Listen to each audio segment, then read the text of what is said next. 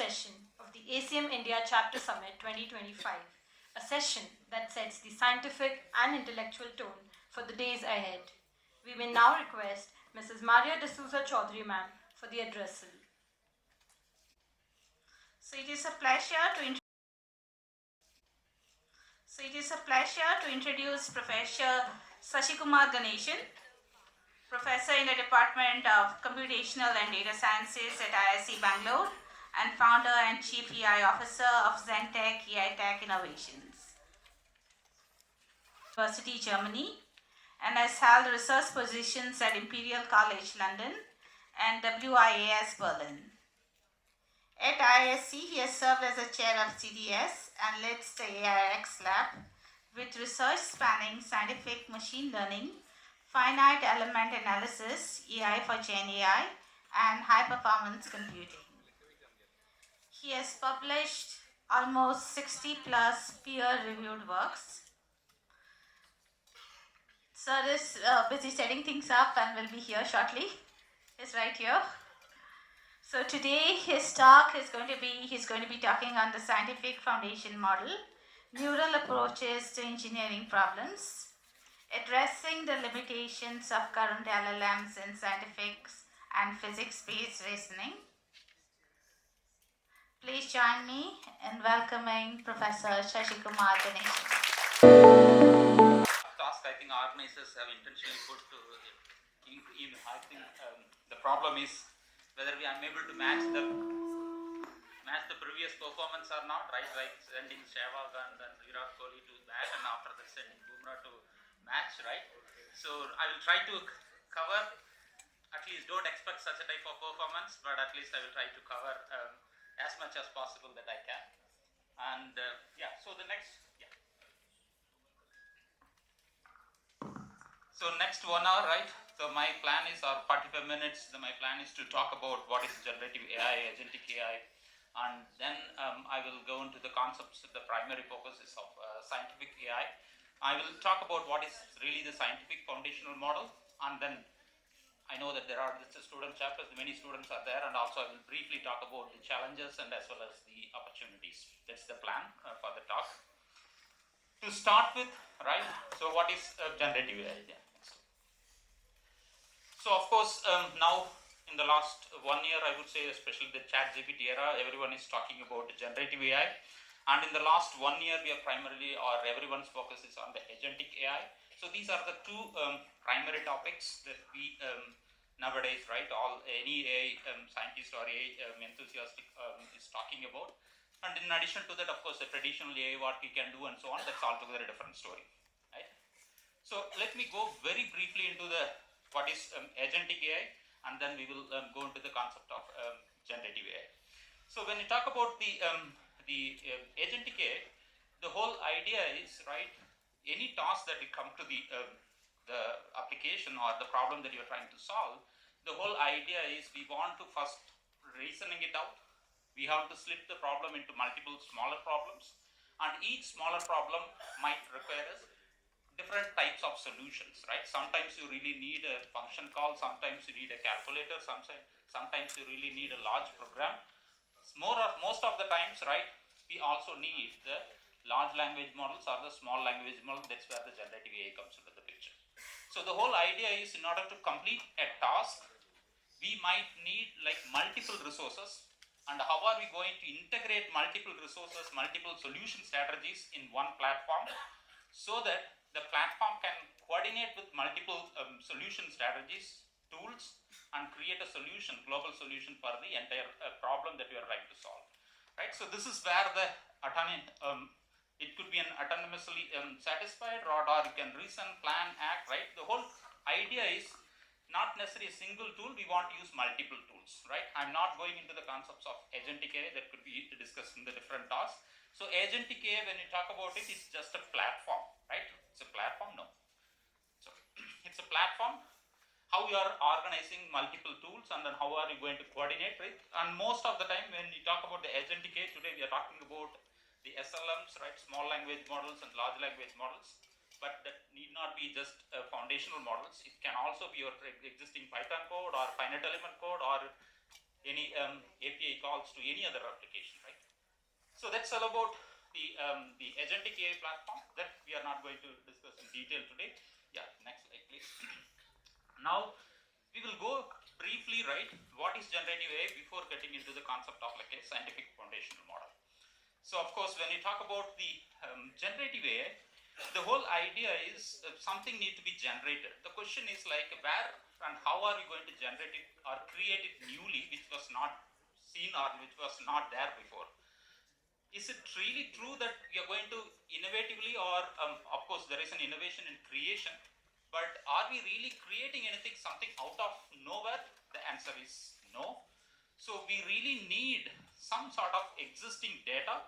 So from this existing data, right, we are generating, you can say that innovatively, creatively. This is how the human being also like bring the innovation, right? So it's so far, right, when you talk about the generative AI, I will come into the picture. In small example, you will be able to see, right, what I really meant by like it's really not completely new or newly creating, but it's innovatively creating from the existing data set. But before then going into that, primarily, right, for what purpose we are using the generative AI, or what, for how are we really building the generative AI? Especially when you talk about the content creation, it's more about the linguistic applications. Either it could be a text generation, summarization, or even the video generations, image generations, and to extend the code generation as well, right? All linguistic applications, this is where the foundational models or generative AIs are nowadays really used. So how creativity comes into the picture? Of course, capable of producing unexpected sometime, but at the same time, right, we have never seen such a type of situations or such a type of context. So we are able to create more of an innovative way. So in terms of the machine learning language, it's an unsupervised learning. Again, we are not going to there, but the question is like, you no need to worry about like having the data with the labels and so on, at least during the inference and so on, right? But then it creates various applications, various data set. So what I really mean by the generative AI, just this one example to understand, right? To interpret and explain what is generative AI. Just read this sentence or the question or the prompt. So the prompt is like, generate an image of a white elephant, right, with the lion head playing in the ocean. So for example, we might, of course, no one would have seen or imagined such a type of mythical creature, but whenever you read this statement, right, everyone would have got an image in your mind. Yes or no? But you have never in your entire life, you have not even seen or imagined such type of thing. How did you arrive at the image of that particular mythical creature? Something you know about how the lion will look like, lion's head will look like, how the elephant look like, you know about the colors, you know about the atmosphere, right? This is nothing but the training data set. So human being, right, use all these training data set, of course, our brain. When I put this one sentence, immediately you are flashed an image. And of course, the image, right, occurred in every one of your mind will be completely different from each other, right? Let us see, right, how our AI model, generative AI model, this is nothing but the generative AI, right? So this is for 2023, okay, one by one, we'll let us go. So 2023 DALI, right, looks excellent, right? Not even, how many of you got really close to that? No, nothing close. So maybe like better than this. Okay, so this is 2023, right? And of course, when the generative AI comes, right, I used to teach the Gen AI class and other thing, right? I start capturing all the models, right? 2024, right? Doesn't the same command, right? But this looks much better than this one. Of course, you can always find more defects and other thing, right? So two tails and all these things, right? This is where we call it as an hallucination, right? It need not be perfect because of my prompt is not so good. So especially 2025, I don't know, they captured my IP of the system. It's more of a sculptures, right? And then temple, maybe Indianized image. I'm not sure.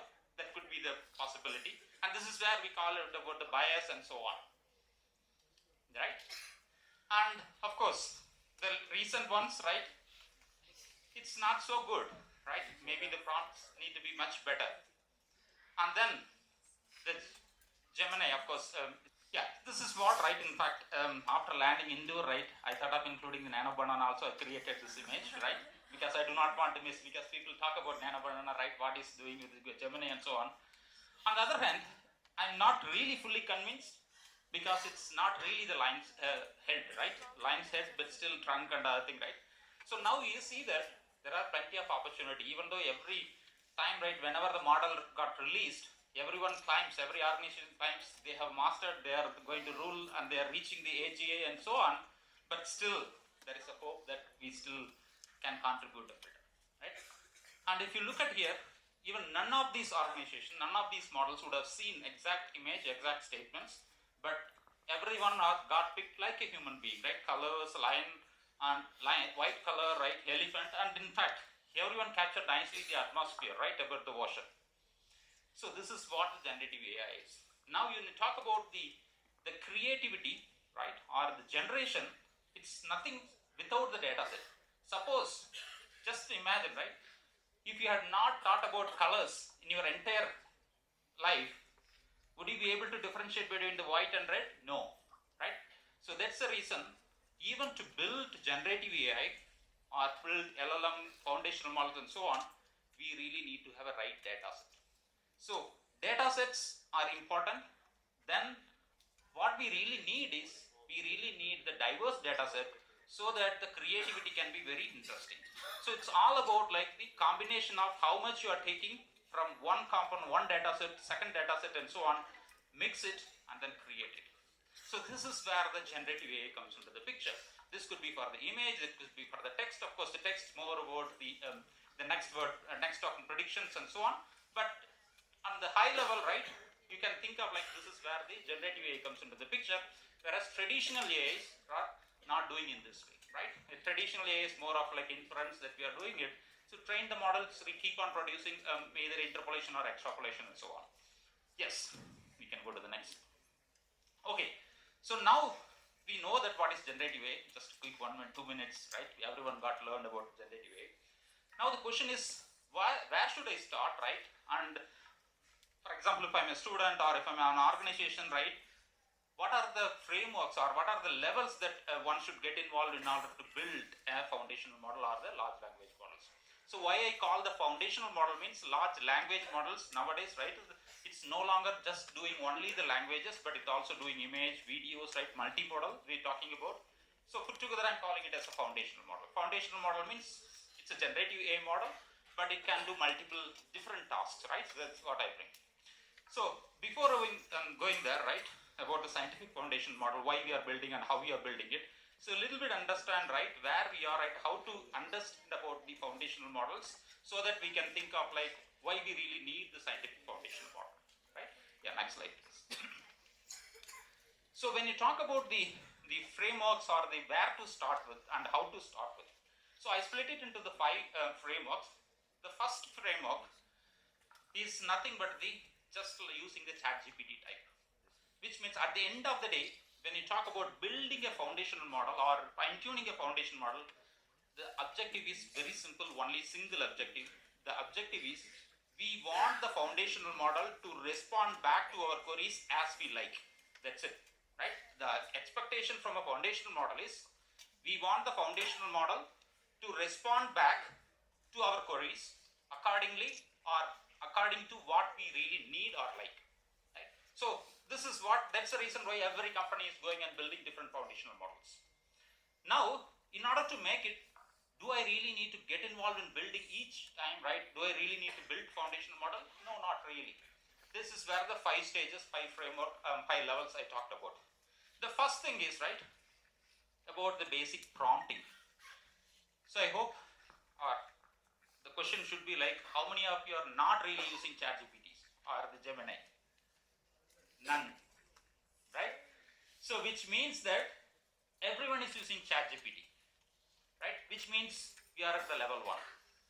Even, right, to use ChatGPT, we have to really we have to really master the art of prompting. The biggest is, because you're coming from the academic community, the biggest challenge in any presentation or classrooms or even any other event, the biggest challenge is to ask the right question. not to answer the question. So unless otherwise, your query is nothing but a question. So unless otherwise your query is correct, clear, concise, of course you can have one session on that prompting itself, right? Unless the query is really like crystal clear and then crisp and as well as the clear, you will not be able to get the right response. So this is primarily the prompt, right? What ChatGPT, Gemini, Cloud, right? Whatever we are using it, user is trying to extract the response as they like, but without touching the models and other things, just only playing around the words, right, in the queries. That's a level 1. So you have to decide, right, for my application, my field, is this enough? If so, right, just stick to that. Don't try to build foundational model. The next is about the prompt engineering. We want to engineer the prompts, right? Then how it is different from here? The difference here is, right, when you talk about engineering, you have to go into the developer mode. So when you go into the developer mode, so what you try to do is, you try to alter alter the next token token predictions as well. The idea is, right, probably I will be having the slide why the mathematics also comes very important there. So how typically the tokens are predicted. Suppose I like, right, I will come back on that. So the whole idea is, there are few parameters associated with foundational models, example temperature, top V values and so on. You can change the values between 0 to 1 or 1 to 2, right, so that you can control or you can manipulate the next word prediction, next token prediction, right? So in a way, right, not only are playing with your queries, but you're also playing with some of the parameters that can control how the next tokens can get predicted. This is where the prompt engineering. I will come back with an example, right? For example, if you make it, right, any model that your Cloud 3, if you're calling, you can set the temperature of 0.3. Temperature value is very low, means you will be getting more of a deterministic. When the temperature value of large, you will be having like very hallucinated or more imaginative. I will come back on this, right, at least how it is doing, right, that's where. And the level 3. So biggest challenge with these foundational models are, right, the knowledge cut, right? So we don't have the knowledge cutoff. So we have seen before the very first slide, the models, right, will be able to produce only if they had seen the training data set. Some information must be part of the training data set. If it is not part of the training data set, the model will not be able to produce. So the training data set, that whatever the training data that you have used, if it is like 1 year old and so on, the recent information won't be available to the model to get it answer. The simple example is, suppose you are asking a query, what would be explain the home loan, SBI home loan in particular, State Bank of India home loan, and the latest interest rate, home loan interest rate. Suppose the SBI just updated the home loan interest 1 day before, that latest interest rate won't be available to the language model. But of course the language model knows about what is the home loan, right, or mortgage and all the rules and regulation it knows, but it doesn't have the recent update on the interest rate. How can I bring this? There is a knowledge gap. How can I bring the knowledge to the model so that the model can respond it back accurately? So this is where the retrieval augmented generation or the RAG approach comes into the picture. So we are going level by level. Now we want the model not only to respond with the latest information. So some knowledge base has to be attached to the foundational model so that the foundational model, when you respond it back, the model will be able to respond it accurately. So now imagine, right, the RAG is nothing but, okay, circular SBI has released about the updated interest rate, circular has come. You take this circular document, put it into the vector database. We are not going to the technically, but the whole idea is tokenize and then convert it into a vector and then attach it to the vector database, and we call this a knowledge base, right? You attach this knowledge base to the existing foundation model. Now the user query is coming about home loan, recent interest rate or latest interest rate. Then it goes and searches in the knowledge base first. Is there any knowledge or the content relevant to the query? Do the cosine similarity, nothing fancy about it. Basically the dot product of two vectors or multiple vectors there. Check the cosine similarity, identify the words that are words in the sense in the language it's vectors, close to the query, take that information with this additional knowledge from the knowledge base with the query. Now you go to the LLM and asked, explain about the home loan, where the additional information I got is from the knowledge basis, the recent interest rate got changed yesterday, which is like 8%. Now the foundational model will explain, use this information, explain about all the home loan and so on, and then respond it back, use this latest information coming from the knowledge base, and then update the response with the 8% interest and get it back. So this is more about like to avoid, to reduce the hallucination or to make the responses more accurate. This is where the RAG comes into the picture, right? Retrieval augmented generation. Okay. So imagine, right, the State Bank or any bigger organization, they might be sending like thousands of documents every day, and you cannot keep on, right? It's increasing your knowledge base, because then every time whenever the query comes, your knowledge, you have to go there and do the vector search, right, and the semantic search you have to do, and then it will, your inference time will become more and more longer. So now you have decided, okay, now I got this information, collected this additional knowledge base for the last 3 months, 6 months. Now I want to make this knowledge permanent to the model, right? That means this knowledge, I want to clean up my knowledge base, but I want to put this knowledge base back into the foundational model.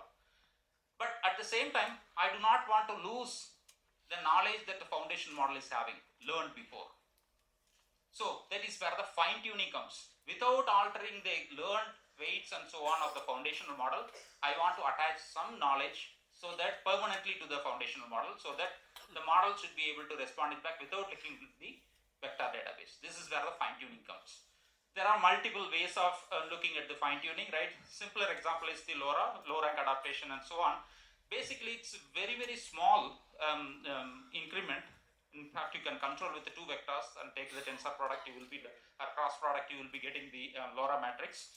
So basically, right, with minimal cost, we are making the model domain specific. You can think of like either it's a time series data, or you take the general model, I want to adapt it to my law or fintech applications. You take the fintech data set and then fine tune it, which means that you made the model to your domain, specific to your domain, so that you can avoid the hallucination without spending much cost. This is again the fine tuning part. This is like level 4. And the level 5 is the one you try to build the model from the scratch. So this is where the most expensive one, and it is not necessary to build, everyone need to build right the foundational model from the scratch. So it depends on the application. Next slide please. So it depends on the application. So you have to decide, right, which level you want to have.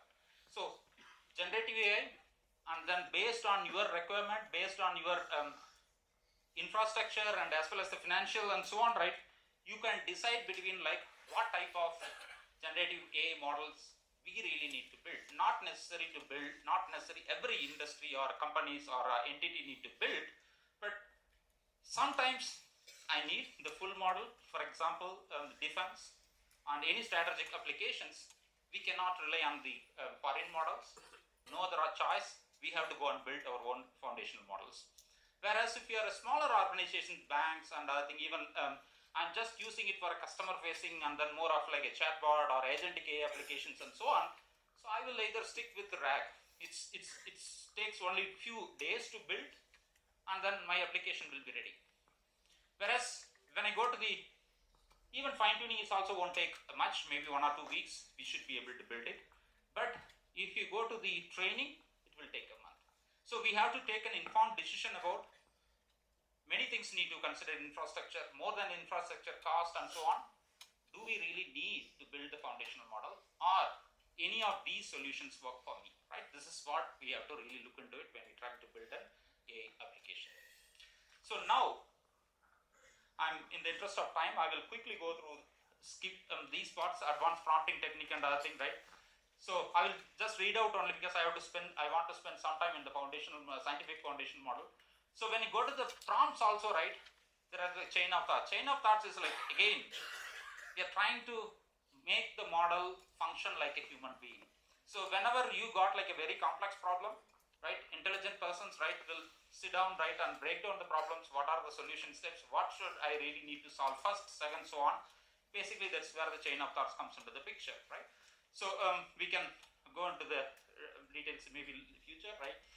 But then zero shot chain of thoughts, a few shot chain of thoughts, right?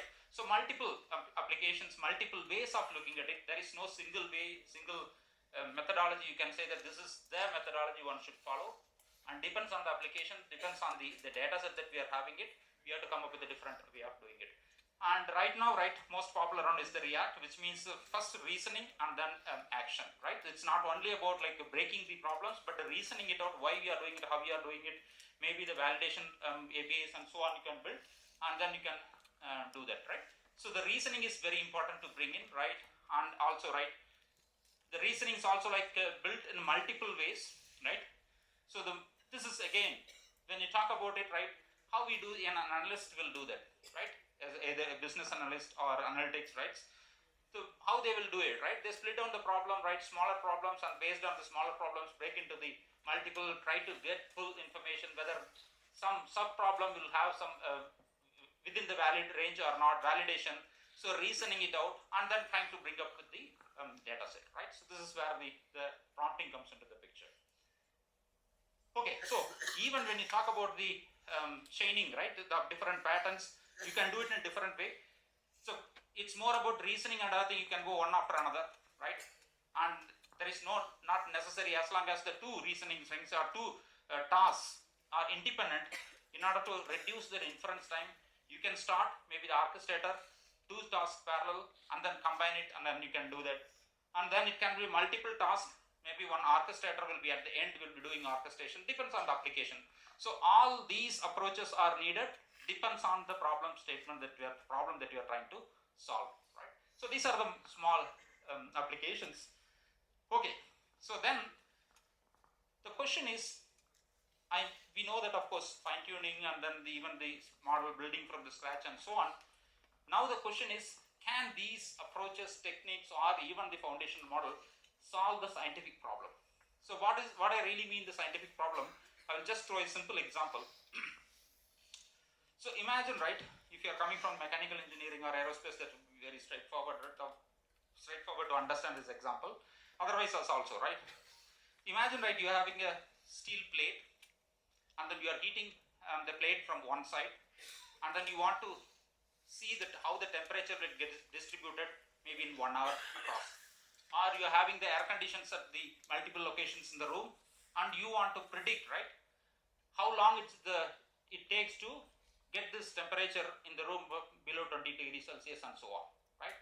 So it is not like the linguistic application, right? Then you have to think of like two sources, and then you have to solve the heat conduction equation, and in fact in this case the diffusion, and convecting part is the air.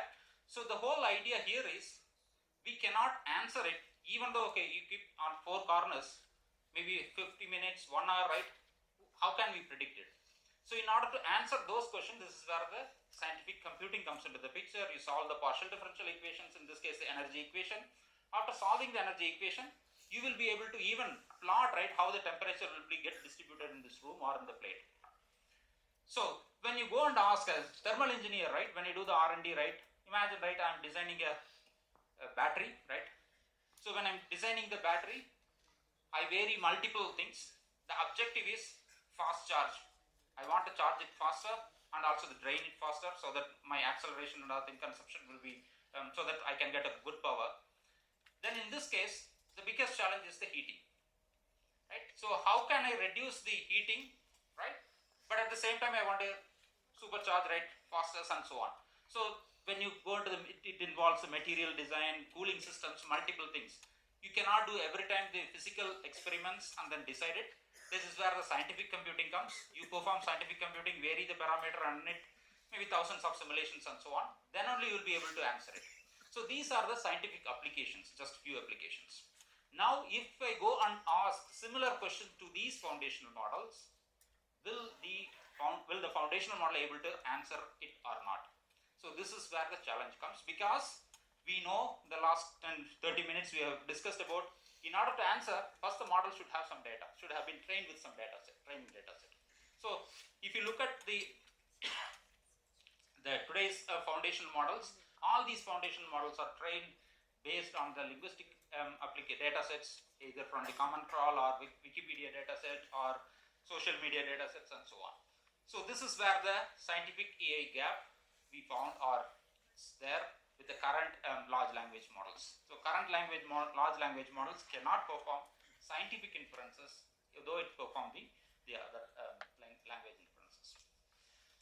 Of course, current language models are really good at the text generations and so on, but multimodal, but no physics reasoning. It may explain about your physical laws because it learns from the textbook data and so on, but it cannot do the physical reasoning, and because of that, right, we will be having some hallucinations.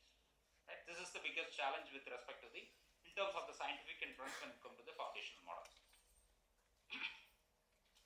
In fact, we have tried with multiple applications, right? So predict the temperature distribution in a copper plate with a Gaussian heat source, right? Of course, we need the boundary conditions and other thing, right? If it is a clever model, it should have asked, right, what's the shape of the plate, right? What should be the boundary conditions, right? And so on. But because the generative models, right, if you ask, model is never going to say no or don't know, right? You will always find the answers, but of course, it's too small to read. Some models are able to produce some results, but those results are not the results of the question that we have asked for in the scientifically. Right? So what we should have asked, right, again, the model should have immediately come back, right, should ask all the scientific data set that are really needed to predict, and then should have been interpreted rather than immediately throwing results and throwing some codes and so on. Right? So this is the gap that we are talking about, the gap in the scientific foundational model, scientific AI. Okay, yeah, so it lacks scientific rigor, right, and then also the hallucination, and most importantly, it cannot handle modern, as on today, right, LLM alone or the foundational model alone cannot handle the computational aspects, computational modeling, especially solving the PDEs and so on. This is where the agentic AI comes into the picture. So you can build a solver or you can build a agentic AI platform.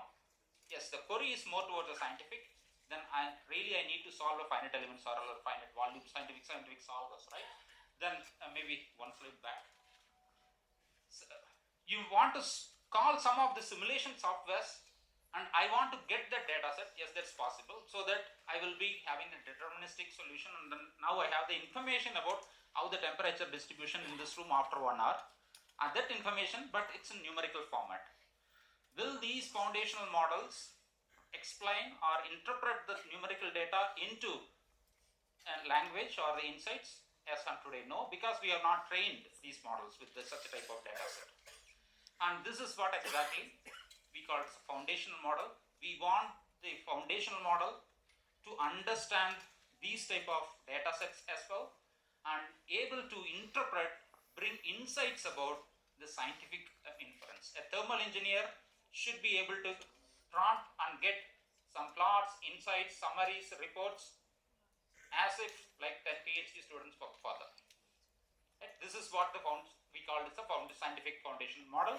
And in fact, in this initiative effort, right, yeah, I switched my hat into a founder. So our foundation, our startup got selected by India mission to build such a type of foundational model, which means we are going into the level 5 of the framework that what we talked about it. We are going to build an indigenous foundational model which will be capable of doing scientific inference. So this project we just started, right, initiative, right, we got computer allocation and so on, and hopefully in the next 1 year, 2 years, you will be seeing it. What these models are going to do, these models, right, whenever we build a model, foundational model, as well as the agentic platforms, it will perform engineering, but not just only talk about science, but it will also do science, right? This is what we are trying to build, and this is what we are planning to do there. Once we have built, the first thing is these platforms can be used in the higher education as well, because then even the mechanical engineering student can start ask the question and learn, right, how the aerospace engineer can ask, right, how the windmill works, right, or the wind turbine works, all these questions, because the simulations will be run backend and then able to interpret and explain. And when it explains, the inference comes, it's a physics validated responses. So this is what we really meant, the scientific foundation model we want to build.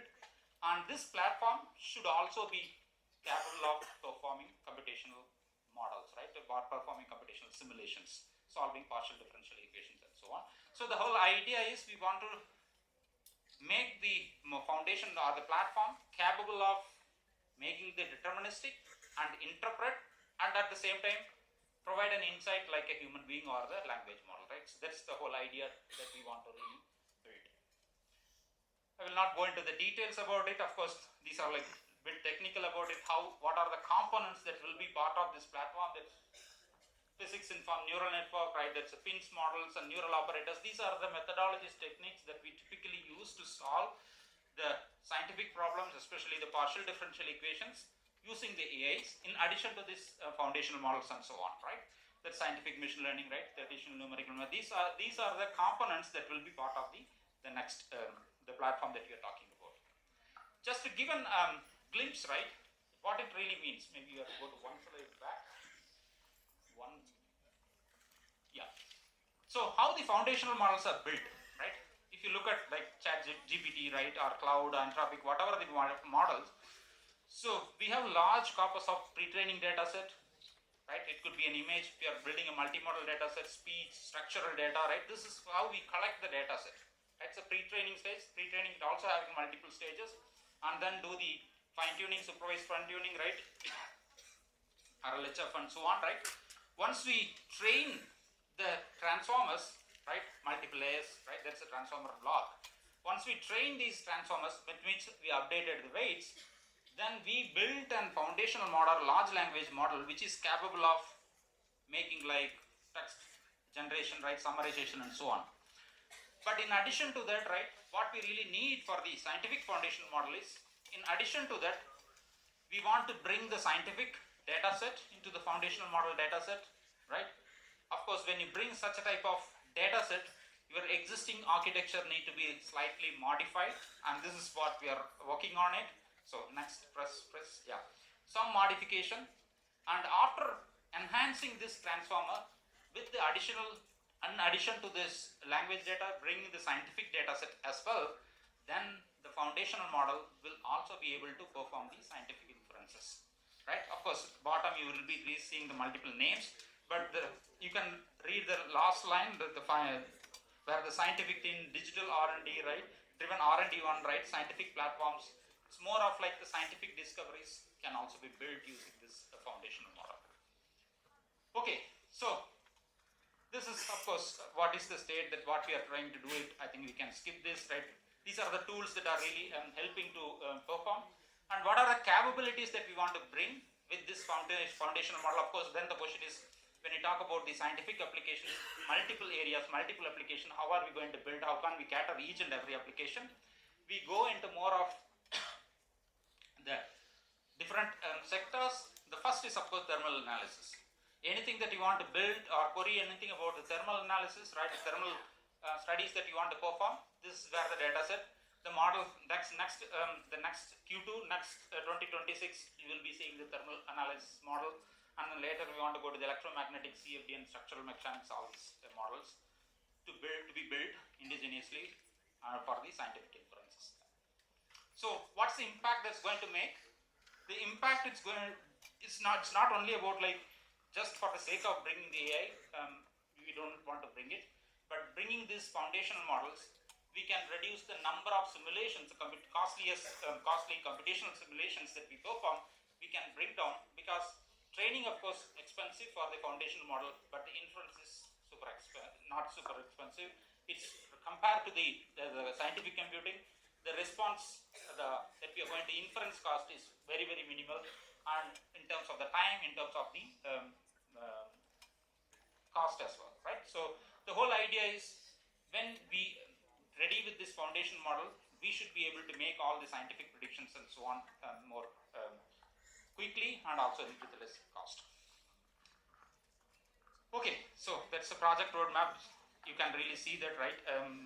Of course, phase 1, the thermal. This is where the current focus is, but later part we are going to come. Yeah, next slide we can go. Okay, so this is what we really meant the scientific foundation model. So think of like, yes, foundation model, bigger companies, you will be finding a lot of foundational model, but then the question is, there are real need especially the Industry 5.0, when you're talking about, right, we really need such a type of foundational model, indigenous. We cannot rely on the foreign countries, right, foreign models and so on. Now the question is, what are the challenges, right? Because challenges are the one, right, provide you the opportunity to build solution and also the career, right? So yeah, I don't know how many of you are aware or at least read on a high level. If you look at the AI projects, of course everyone wants to do AI, but AI on paper, publication wise, yes, all are successful. But when it comes to the industrial applications, right, practical on ground, most of the, right, up to 80% of the AI projects fails, right? There are plenty of reasons. Of course, you can go and read all these reports. These are some of the reasons, right? Sometimes just for the sake of using AI, we are trying to use the AI. The problem itself, right, might be solved with a traditional approach, rule-based approach, right, should be able to solve. This is something like bringing the military to guard our streets, right? Sometimes we don't really need such a AI models for some problems. That's where the misalignment comes. Misalignment need not be just problem specific. Maybe we may, during the training and other thing, right, we might be having all the training data set, but when you go and deploy, right, the real data set, you may not be able to build the data ops pipeline. And then the pilot might work, right, you will not be able to scale it. Maybe the data, maybe the infrastructure, maybe the other reasons, funding and so on. Lack of integration, insufficient skills, right, smaller POCs and the other thing can be done, right. Multiple reasons, right, or the project lead's blind spot is the most important thing, right. So initially, right, everyone gets super excited, yes, we will do it, yes, these are the things that we can build it and start doing them, but we forgot to see the bigger challenges waiting later, right? What are the challenges when you go to the practical? Multiple reasons, but doesn't mean that we should not work, because when 80% of the AI systems or practically it's failing, which means that we have more opportunities to work on it, right? So this is how one really look into it. So typically, right, maybe I will skip different roles, right? Maybe next slide will be giving the right idea about what we read. We go to the next slide, please. Yeah. So it can be like any organization, or it can be like even the career that I'm trying to build, right? This one spider wheel is the one that I always ask to look into it. So suppose if you're an organization want to transform into an AI organization, these are the 4 quadrants one should really look into it. The first quadrant is subject matter expert. Imagine, right, a big company comes and asks, right, hey, I want to transform my organization to an AI organization. Can you help, right? This is how we get the consultancy projects and so on. But the first question you should talk to them is not talk to the data scientists, not talk to the people who are really building it. Talk to the CEOs and business person, key decision makers, and define the ROI. I'm investing something. What is the return, right, I'm going to get by solving this problem using AI? It might be fascinating. It's good to have put the label on the product. Yes, AI ready, AI solution, AI product. But is it going to bring more business? Is it going to reduce my production cost? So the ROI must be built. If the ROI is not clearly defined, however hard, however super excellent solution that you have built, right, you will not be able to convince. If you not deploy it, it's not a sustainable model. This is the first question, right, you should ask. Same thing, like if you want to build a project, a startup, right, this is what AI startup, if you want to do it, what is the problem that I'm going to solve? Is this problem is going to bring drastically maybe the cost or time or some pain points down, right? This is the one thing that one really need to do. Once you have identified, right, define the problem that you want to solve using AI, then look at the data engineering role, data scientist role, data ops role. Do I have the training data set? Training data set most of the time we might get. That's not the big deal. The biggest challenge is when I built an AI solution, AI product, if I deploy it on field, am I going to get the data set continuously in the same format, in the same quality as we used during the training? This is where the data ops pipeline we really need to build. So if the answer is yes, training data as well as the test data, and after deployment also I'm able to capture the data, yes, then you can continue to the next quadrant. The third quadrant is the solution architect, where you build data scientist, where you start build solve the problem using either the machine learning approach, traditional MLs, or bring the transformers, right, generative AI, whatever you do it, right? So you build the solution. So of course, the biggest challenge for the data scientist and the ROI is, data scientists, right, we don't care about like what's the profit, how it's going to be impacting. For me, right, if I increase the accuracy from 90 to 92, it's the biggest achievement. I can write a paper. But doesn't matter whether 90 to 95 or you achieved only 80%, unless otherwise ROI increases, that's not a business fit. You cannot sell this product to the organization. Okay, so I have built this problem. Now I have, using the data set, I have solved this problem. I have an AI product, but that's not enough. We need to take this product and deploy.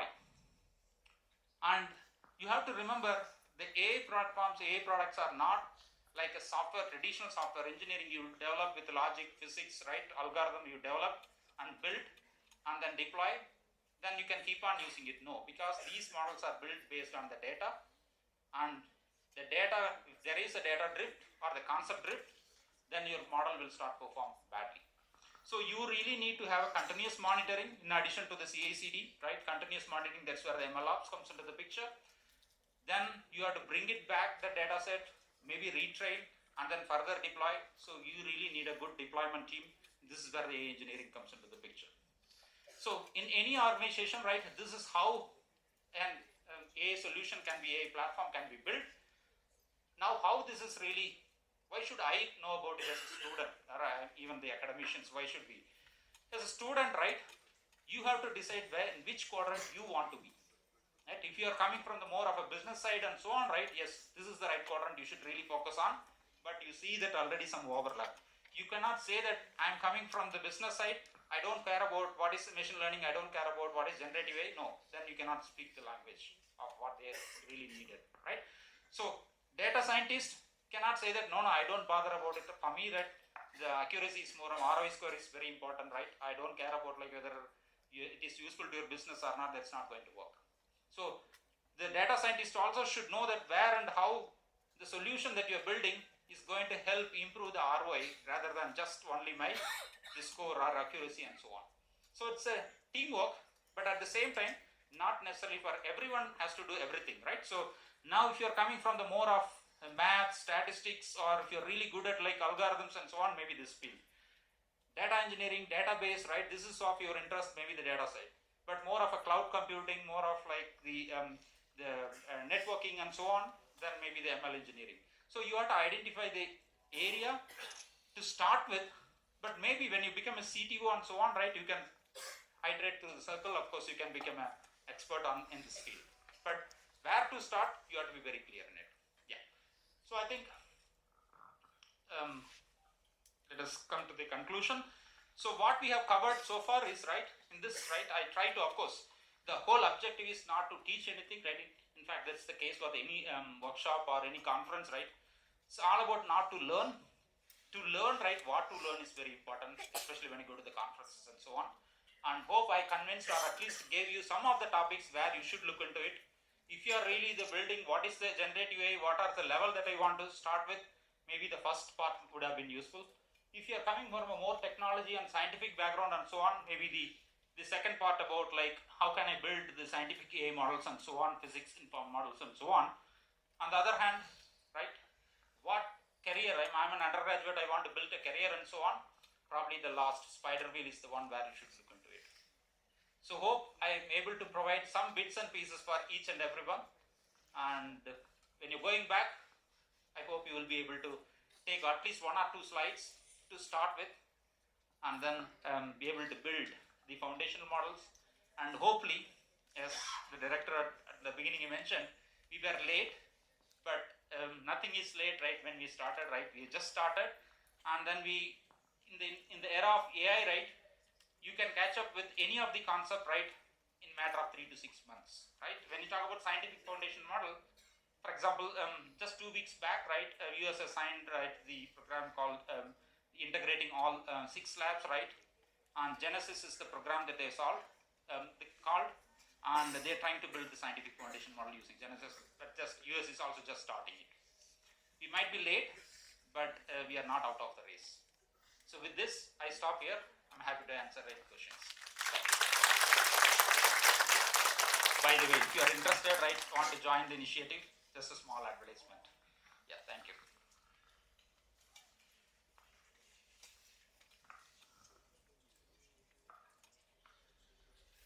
Any question? I can take it. There are. Yeah, please. Yeah.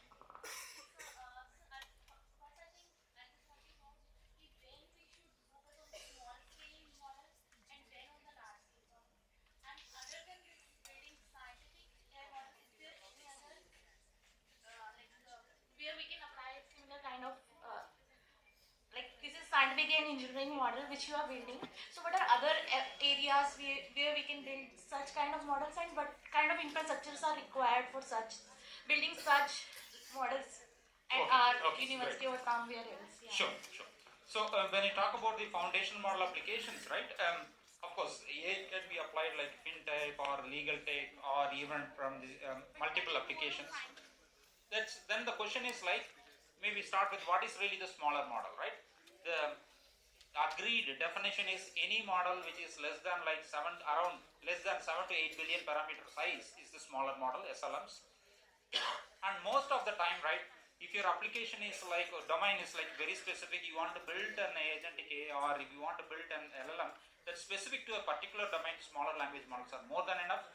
Then even the fine tuning is more than enough. You no need to build everything from scratch, because to build any even 8 billion parameter model to build from scratch, you really need like 15 days of like H200 computers of 1000 GPUs and so on, right? The infrastructure cost is probably like 400,000 hours or something like that you really need. So it's super expensive even to smaller models to build. So domain specific applications, I would say that go with only fine tuning. More than enough, right? RAG and fine tuning should be able to do that. And then especially when you talk about the multiple application that you want to solve, then the agentic AI, you go build multiple agents, with each agent maybe SLM, and then train an orchestrator, and then you can solve even a bigger problem. This is the approach I follow.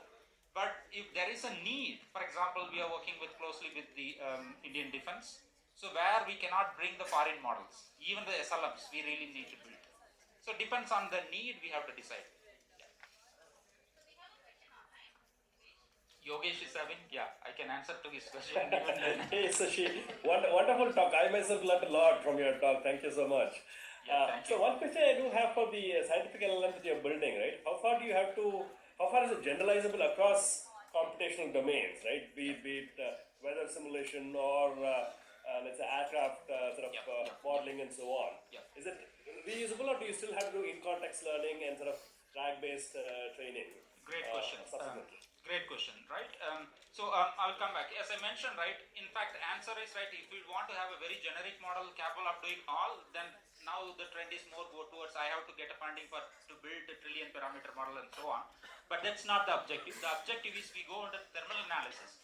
You build the base model with the capability of answering all the thermal questions, thermal related analysis, and then domain specific application. It could be a DC motor, it could be an aircraft, or even to chip manufacturing, right? The scale varies, but then you bring that model, right, and then train it with, fine tune it with a particular data set with this small model, and then you will be able to answer for the thermal related analysis. The idea of how we are going is, first we want to go with the thermal analysis, and then we want to go to the electromagnetic analysis, then we want to go to the CFD analysis. So you will be having the pool of models. Then we are already started building the agentic AI platform. So based on the query, orchestrator will decide so which model should be called, and then if those models are fine-tuned for the particular model, that organization that you are looking at it, then the orchestrator will be able to pull the response from the both models. You can do that. So the question is, do you want to go with a smaller, with efficient way, or you want to have a bigger, more generic way? So we take the approach, given the infrastructure availability in India and as well as the cost, right? We take the model of like 8 billion, 35 billion, 80 billion for thermal, CFD and so on. And then plan is to integrate with adapters or even fine tuning or even with RAG based to a specific application. Wonderful. Thank you so much. Lots to connect once we get back to the department. Sure. We sit next to each other, right, in the office, but we ask the questions only. We learn normally through here. Yeah.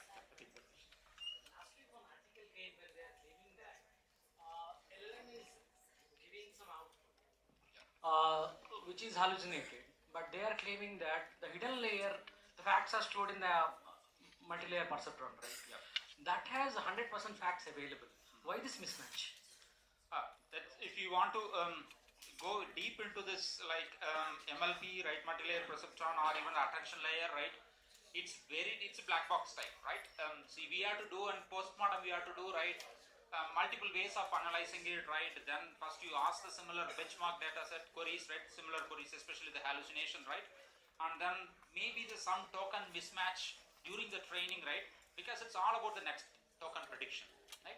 If the next token has predicted a little bit in the wrong direction, you will start walking in the same direction, right? Somewhere I believe, right, I did not see that, but somewhere I strongly believe that we have got some misalignment at the initial token predictions, then we have taken the different path, though we have the right knowledge at the right locations. Yeah. So some tokens, right, before reaching this right knowledge base, taken the different path. But to identify, it's not so easy, right? This, like, intuitively you can guess, but to identify, you have to run the question, and then you have to see that which layer, which weight is getting activated, which path is getting activated, and then you have to go and identify at what stage this path got added, why this the logic score of the particular token is higher for this query rather than the other logic score. That's where the top P value comes. I don't need to retrain, right? I did not discuss it here. I can go and adjust the logic score, basically the probability distribution of the next tokens, right? Basically the next token, each token will have like a probability of 0.1, 0.5, 0.4, it's normalized. So it's if you put it in ascending order, right? So the probability distribution X is like the tokens, Y is the probability value of the token. It will be something like this curve. The top is going to altering this curve. When you make it flatten, you are saying that any token you can come back. So I should be able to either do it with the top P value or the temperature, right? These two parameters I should be able to do that. Or otherwise I have to go and then retrain the model to take the right path. Okay. I don't know how long started taking so many questions. I know that there will be many questions. One or two more questions. Yeah, I think I leave it to the organizers. Yeah. So maybe before coming there, right, I can answer your question. Yeah. Sir, how integrated LLM with hardware? LLM with hardware. Yeah. So you mean the hardware? How it is done with the GPUs? Chip. Oh, okay. So you want to go more into the embedding kind of things. You want to. We are yet to reach there. The problem with that, right? It is no longer like a regular software, right? You write the logic and then embed. The challenge is it's a data-driven model, as I said before, right? And then over a period of time, we have to retrain, new models come. Once you port it to the chip, right? Updating those ports is super expensive. Maybe that may not be the route one would take, but maybe once we get the very fine-tuned model, yes. But I don't think right now with these existing data models and so on, you can take it. One question, yeah. Sorry. I have a small question, sir. Actually, we are working on agentic AI and chart framework models like CNN and all these things. But most of the work in the neural network scenario is associative models and holographic models. China is working more on this one because of the in-memory is available in this associative memory models. Why we are not focusing on associative, maybe auto models or heterogeneous models of the associative neurals? Rather, frameworks we are focusing here. Okay, why we are not focusing? I don't know whether we are really focusing on any models. We are. But most of them are working on the predefined frameworks or agentic models which are available in the existing ones. Yeah. But really, a lot of work and scope is there in the associative neural models. Yeah. So the problem is, right, to build such a type of solutions, right, it's super expensive, right? If we take a proven approach, then I'm at least sure that I'm going to get successful. My money is not going to get wasted. If this is more of a research problem as I can take, but if I fail, right, then I may not be able to recover back, right? That's the one, everyone, right, especially taking the safest route and trying to have some positive solutions. This is the only thing that's come to my mind. But on the other hand, right, Why we are not in? Probably it's a research question. Academicians should take those questions and try to prove that okay, this is working, so that the industry can take it. If the industry can't afford, right, the investors will be back on us, right? If you are saying that I'm doing deep tech, already they are saying that we are doing deep tech. If I cannot have the flexibility or the luxury to go and explore something new rather than something is working, that's the industry's perspective. Academic, I don't have the answer. Maybe everyone has to really look into it. It's a research point of view, but a lot of scope is there as a No, part I of fully associative agree. neurals is with in-memory concept. I fully agree, but more of an academic research, right? Industry, I'm not sure whether they will be taking it. The reason is again the failure. Agree, sir. The failure rate. Thank you. This was the last question. Okay. And maybe they can catch up you during the. Yeah, break or lunch, I will be here, right? Yeah. Yeah, thank you so much, sir.